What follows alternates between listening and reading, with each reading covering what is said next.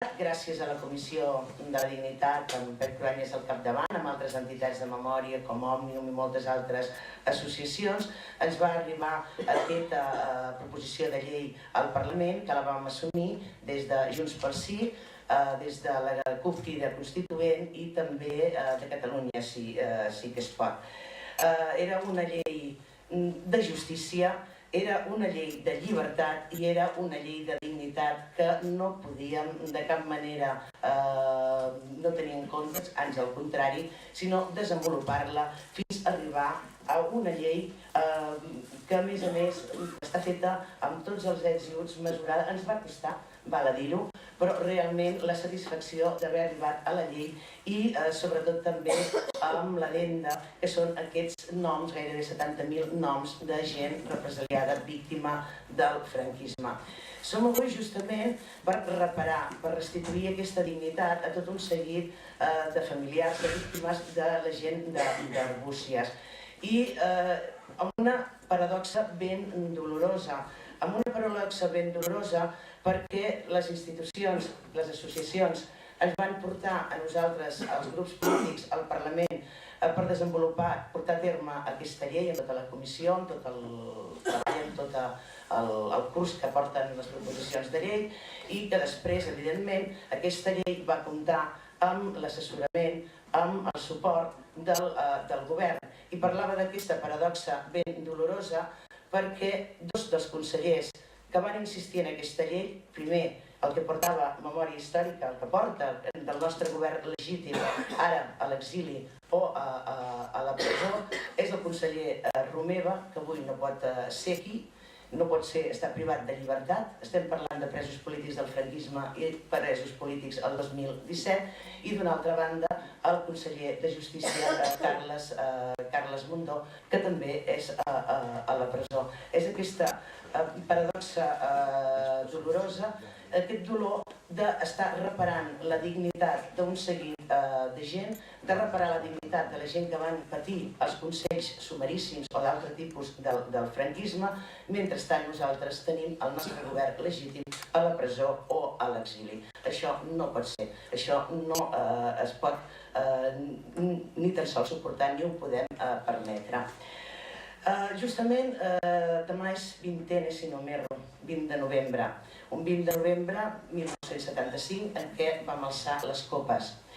Vam alçar les copes i recordo un poema datat aquesta data, 20 de novembre de 1975, de Joan Brossa, i aquest poema que feia referència i estava dedicat, i cito textualment algunes de les paraules,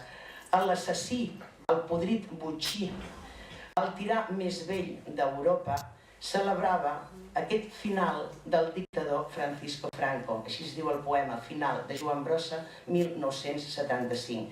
I acabava fent, a partir de la mort de l'assassí més vell d'Europa, fem una abraçada, amor, i alcem la copa. Però aquest final va ser un final físic, però no ha estat realment un final d'un règim polític i un final d'un feixisme i d'un franquisme que encara avui en dia l'estem veient, i estem veient a més com encara creix, com encara se li va donant encara més ales. Aquest final no va ser, a partir d'aquella, el Jaume en deia transacció, aquella transició sense cap mena de ruptura. I hem hagut d'esperar anys i panys fins enguany de tenir aquesta nul·litat dels consells franquistes per part del Parlament de Catalunya. Una llei que, val a dir-ho, es va aprovar finalment per unanimitat, tot i que alguns partits fins a l'últim moment, però vam veure que estava tan ben lligada jurídicament que no podien ni portar-la al Tribunal Constitucional ni podien impugnar-la si no es treien la careta de veritables franquistes o feixistes. Hem parlat una mica d'aquests consells, d'aquesta barbaritat, d'aquesta injustícia, aquests consells que no tenien cap mena de base jurídica, que eren una farsa, amb uns jutges que no exercien com a tal, amb uns advocats que no coneixien a la gent que havien de defensar, si ho podem dir d'aquesta manera, advocats que tenien a vegades només 2 minuts per defensar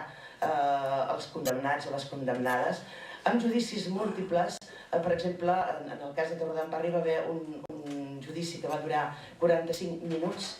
a 15 persones i en 45 minuts 15 persones i 2 penes de mort.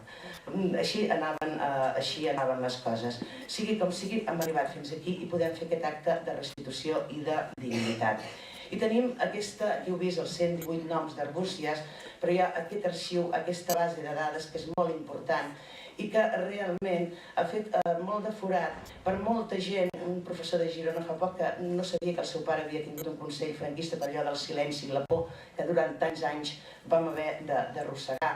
O una amiga que finalment va trobar i em va anar a consultar, té els certificats i els expedients del seu avi, del seu tiet avi, i que m'enviava un missatge dient: estic plorant però al mateix temps soc feliç tenint l'expedient i tenint el certificat. És això el que fa aquesta base de dades que teniu oberta i a la consulta. Jo em voldria referir simplement